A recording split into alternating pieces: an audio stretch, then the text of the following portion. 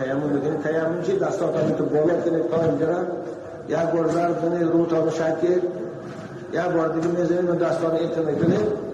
این تیمم که آسمانتون بالا کنید تا آریم. همین قدر و همین میتونه قرآن خوانید.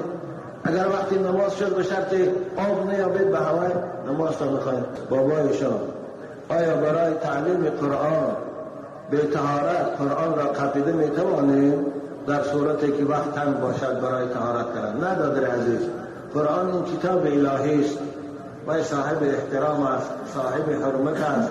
رسول اکرم گفتن لا یمس القرآن الا طاهر، حدیث نسائی ابو داود است.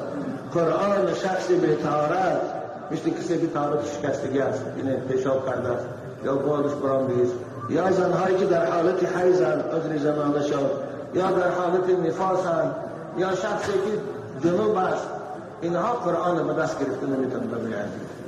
اگر رفت و امکانیت نباشد طهارت کردن، آب نباشد یا خنک است این وای تیمم کنید، با تیمم قرآن گیرید درست است. تیمم میکنید. تیمم چی؟ دستاتون تو بالا کنید تا اینجا، یک بار ضرب کنید رو تا شکل، یک بار دیگه میزنید و دستان اینطور میکنید.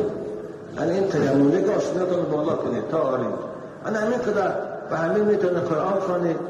اگر وقتی نماز شد به شرط آب نیابید به هوای نماز تا بخواید. اما به تیمم به طهارت قرآن میگه. در همه کتابای فقهی هم هست ولا یمس هؤلاء مصحفا، چند گروه قرآن به دست گرفته نمیتونند.